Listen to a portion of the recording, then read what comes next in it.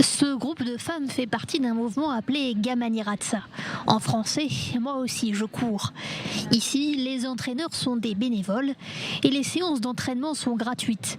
Pnina et Pini Golan se sont donnés pour mission d'entraîner des patientes et des femmes qui ont survécu à leur cancer du sein. Chaque mardi soir, toutes de rose vêtues, les membres de l'équipe se réunissent dans un parc de Shoham, une ville située dans le centre d'Israël, pour courir ensemble. Pour elles, c'est plus qu'un simple groupe de sport. On est une famille, on n'est pas là juste pour s'entraîner, on est là pour se soutenir. La première fois que nous nous sommes rencontrés, je me suis assise avec les participantes et chacune d'entre elles nous a expliqué pourquoi elle était ici et nous a raconté ce qu'elle avait vécu. Bien évidemment, c'est moi qui ai commencé par leur raconter mon histoire. Pnina a eu un cancer du sein et depuis, il s'en est sorti. Je suis tombée malade pour la première fois il y a 5 ans. Ma mère et ma tante avaient déjà eu un cancer, donc je savais que je devais faire des examens tous les ans.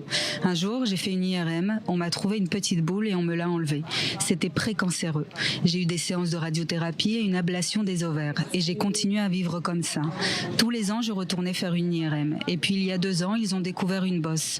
Mon médecin m'a appelé, il m'a dit qu'il fallait la retirer. Et lors de l'opération, ils ont trouvé une autre petite masse qui était cancéreuse.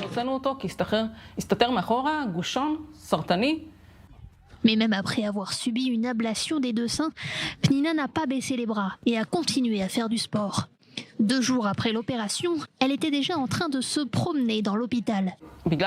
C'est grâce aux séances d'entraînement que je me suis rétablie plus facilement. Pour dépister les cancers plus rapidement et aider les femmes qui vivent dans les quartiers défavorisés, l'association israélienne contre le cancer a mis en place un programme itinérant. Dans cette camionnette, il est possible de passer une mammographie. Objectif, permettre aux femmes qui ne vivent pas dans les principales villes d'Israël et qui n'ont pas d'installation médicale à proximité de leur domicile, de pouvoir tout de même se faire tester. Les mammographies sont essentielles pour la détection précoce du cancer et peuvent sauver des vies. Ces camions se rendent dans des endroits où très peu de tests sont pratiqués, comme par exemple dans les villes et villages arabes, où les communautés ont de faibles revenus. Comparées aux européennes, les israéliennes sont celles qui se déplacent le plus pour passer une mammographie. Un taux élevé de diagnostic précoce augmente les chances de guérison et permet une diminution de la mortalité de 25%, comme nous avons pu le remarquer au cours de ces 10 dernières années. Ce camion sauve des vies. La fondation Mariam, qui s'occupe principalement des femmes israélo-arabes, est la seule à représenter de manière officielle les patientes atteintes de cancer. Pendant le mois d'octobre, le mois de la lutte contre le cancer du sein, la fondation illumine de rose différentes façades de lieux et bâtiments à travers tout le pays pour sensibiliser les habitants à cette cause.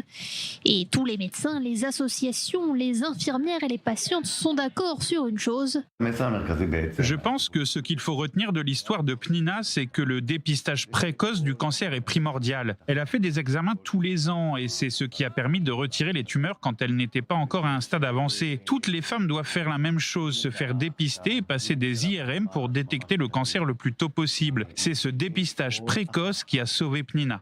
Grâce à un mode de vie sain et au soutien de sa famille, Pnina a pu vaincre le cancer du sein, non pas 1, mais 2 fois. Mais pour elle et son mari, le combat est loin d'être terminé. Maintenant, ils viennent en aide à d'autres femmes, mènent des actions de sensibilisation et soutiennent les patientes en leur donnant de précieux conseils.